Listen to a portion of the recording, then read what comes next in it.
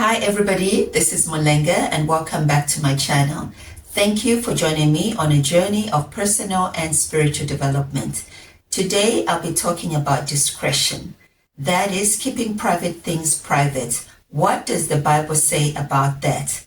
But before I get into what the Bible says, I just want to define what discretion is. It's got, a few meanings, but the one that I'm going to hone in is about keeping about things that need to be kept quiet. So I like the definition from the Collins Dictionary, and I'm just going to read it to you.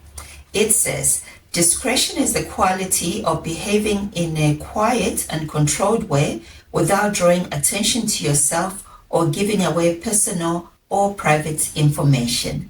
So discretion is the quality of behaving in a quiet and controlled way without drawing attention to yourself or giving away personal or private information. How many of you have seen, on social media that you can actually track somebody's life? There are people who broadcast their relationships. So you can see when they're happy and when they're fighting and, where they've gone on holiday. Because for some reason that I'm still yet to understand, people have a need to share private matters with the public. One time I read an article, many years ago, I think it was, as social media was really picking up pace. And somebody said, let's say there was no social media, but there was a big billboard on the highway. Would you feel the need to share some of the things that you share on social media, that, to go and write there and, say something about your private life? If you wouldn't do that, why are you doing it on social media, which is, much busier and much more exposed than a billboard on a highway? But without further ado, let's get right into it. What does the Bible say about discretion? I want to read from Proverbs 12, verse 23, some, different versions. From the NOG, it says, a sensible person discreetly hides knowledge, but foolish minds preach stupidity. Ouch. Okay, let's read it from another version. And it says, it's the ERV, it says, smart people don't tell everything they know, but fools tell everything and show that they are fools. I'm sure, not one of us, or if we are, today's the last day we do that. And then from the Amplified Version, it says, a shrewd man is reluctant to display his knowledge until the proper time, but overconfident fools proclaim foolishness. So a shrewd man is reluctant to display his knowledge until the proper time, but overconfident fools proclaim foolishness. So a shrewd man, who is a prudent man, who is a wise person, doesn't just broadcast everything that they know. When Apple is launching something, right, we know about it, but we hear about it once they have finished with the product and they're advertising it. You've never heard Samsung saying, this is what we intend to do. We intend to produce a phone that can do this and do that. They don't do that. The product is ready, and then they advertise and, they share the benefits. So it's not that we can't share certain information or we can't share all information, but there's a right time for everything. And actually, one of the definitions of discretion is basically means knowing what to do, when to do it, and how to do it.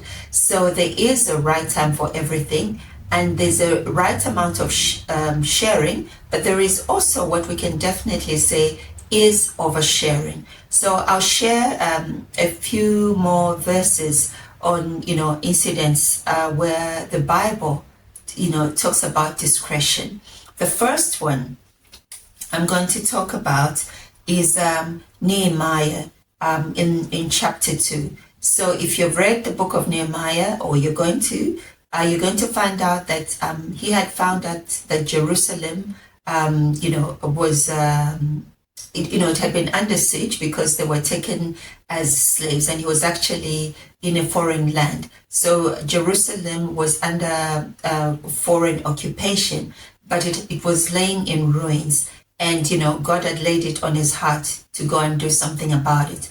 So in verse 11 of chapter 2, you see what Nehemiah did. He didn't get, a loudspeaker and say, yeah, I've come to do this in Jerusalem. He arrived quietly. He was discreet even about his arrival. And then he started doing an inspection of the walls of Jerusalem and the gates. And as you read in chapter 2, you see that he went at night. In the middle of the night, I woke up, or I got up at night, right? At night means when there was a covering, when he could not be seen. So you don't have to necessarily get up at night to do what you need to do, but you don't have to let everybody know what it is that you're doing. And I'll just go through some points in the verse. I got up during the night, I and a few men. So he had this inner circle, because there are times where certain things you can't do by yourself, but you have an inner circle that you can trust that they won't broadcast your business. So Nehemiah and his inner circle went to do the inspection of the walls. And he goes on to say, he's explicit, he says, I told no one what my God had put in my heart to do for Israel. I told nobody.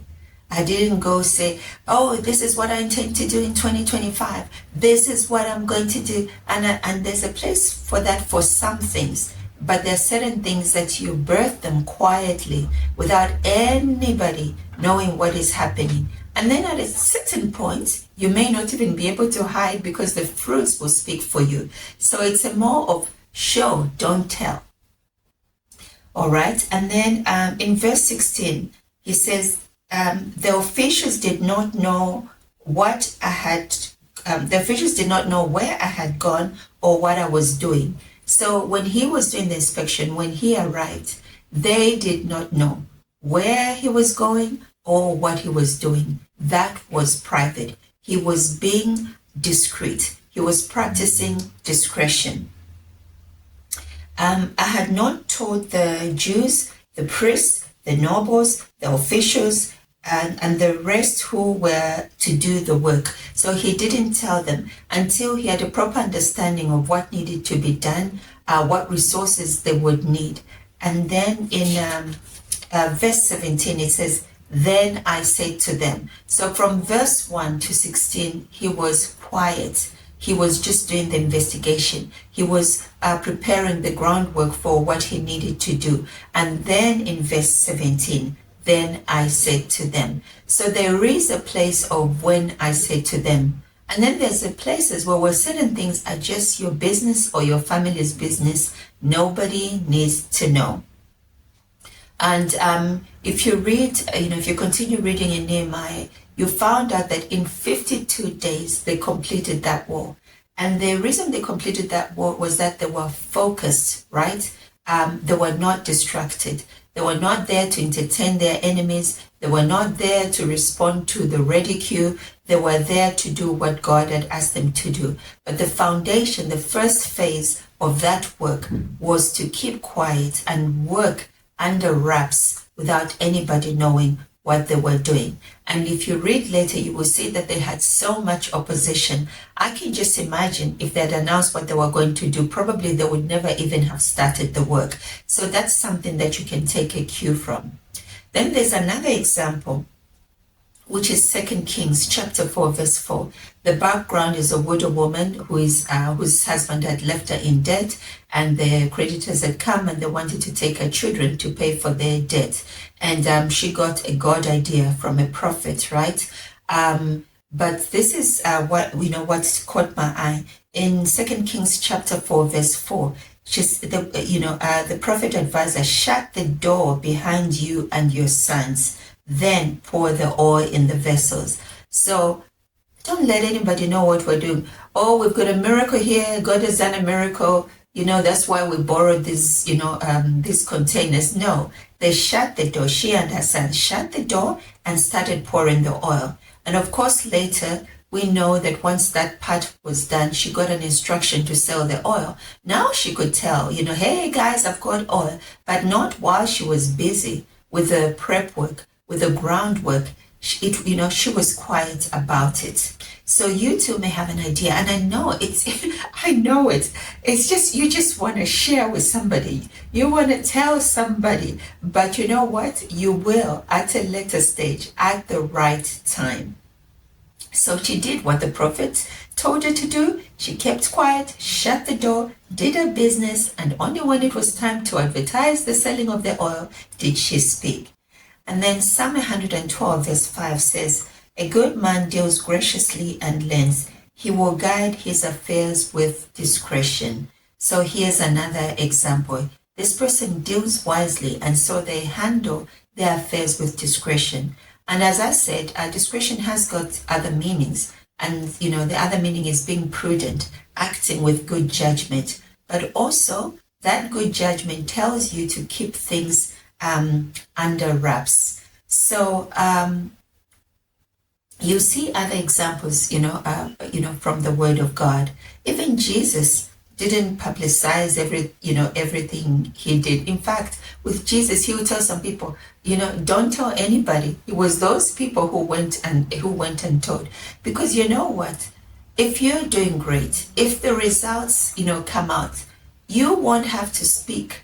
The results will speak for themselves. Proverbs 31, talks about, let her works praise at the city gates. The works will praise you. Your excellence will speak for you. You don't have to get the loudspeakers, I said, or the PA system to announce what you're doing. You do not have to go to Instagram to thank God for this big car that you got. You're just inviting trouble, and unnecessary drama. But that said, there's a place to give thanks to God for what is done. There's a place to showcase, our products, our service, but it's knowing when is the right time and when is the wrong time.